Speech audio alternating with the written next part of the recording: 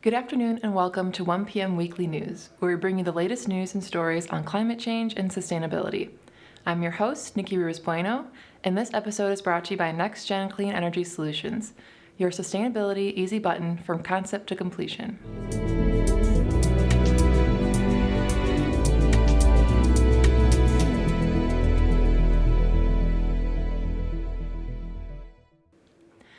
The U.S. Environmental Protection Agency, or the EPA, is facing intense scrutiny for its reapproval of paraquat-based herbicides, despite growing evidence that the products are increasingly tied to Parkinson's disease.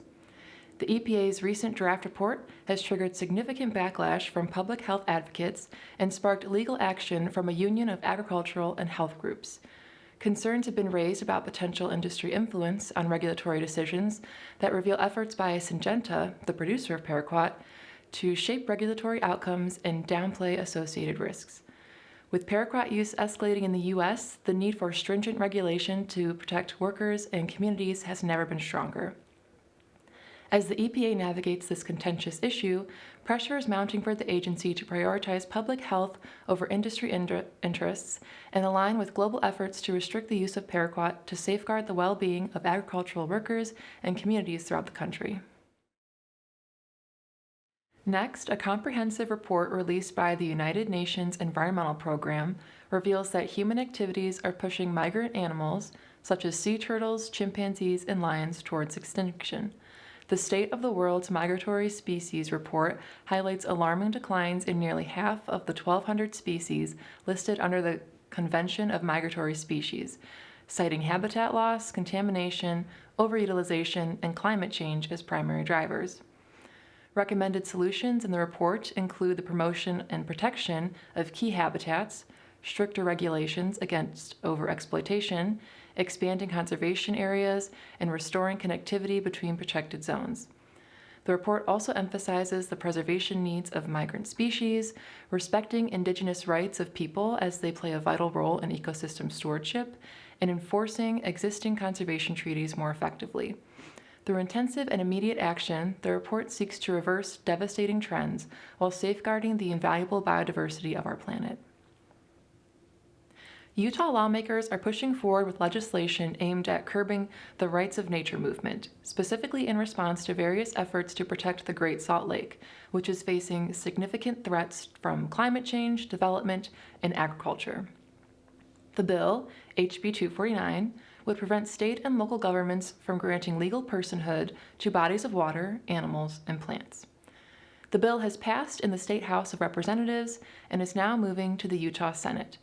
The move has sparked controversy, with advocates arguing that recognizing nature's inherent rights is crucial for environmental protection, while opponents fear it could hinder development and economic growth.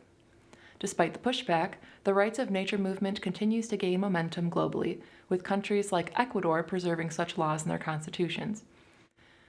The debate over legal personhood for nature reflects broader shifts in how society views environmental stewardship and the relationship between humans and the natural world. While some argue that nature deserves legal recognition and protection akin to human rights, others emphasize the need to balance environmental concerns with economic interests.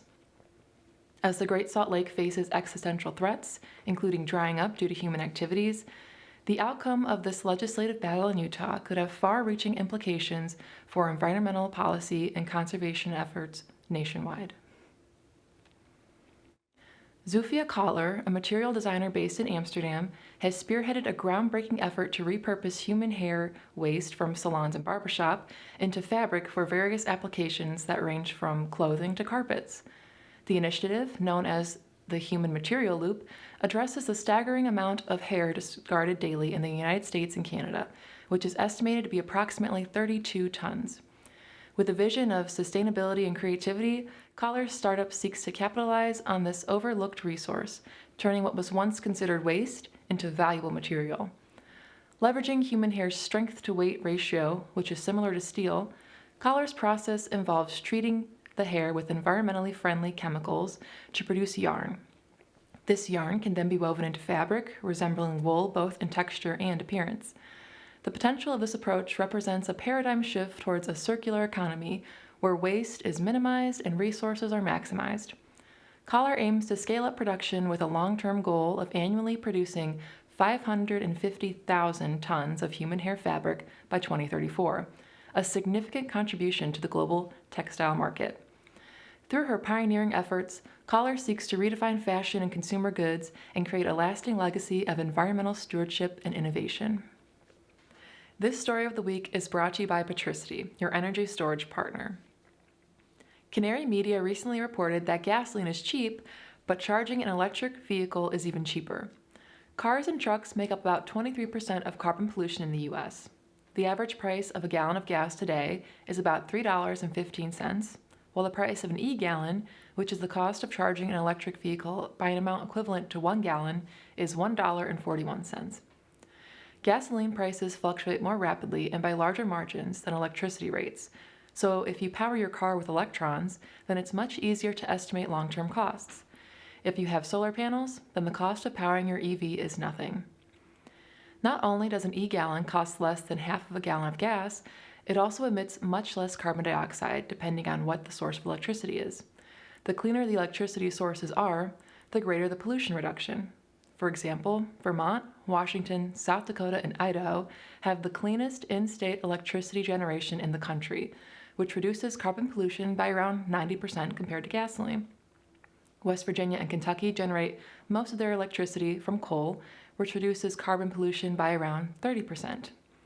As renewable energy grids come online and electric vehicle prices become lower, the choice to go electric becomes more obvious every day. It's just a matter of time. Those are the latest top-line stories from the sustainability universe. Please join us again next week for a new episode of 1 p.m. Weekly News.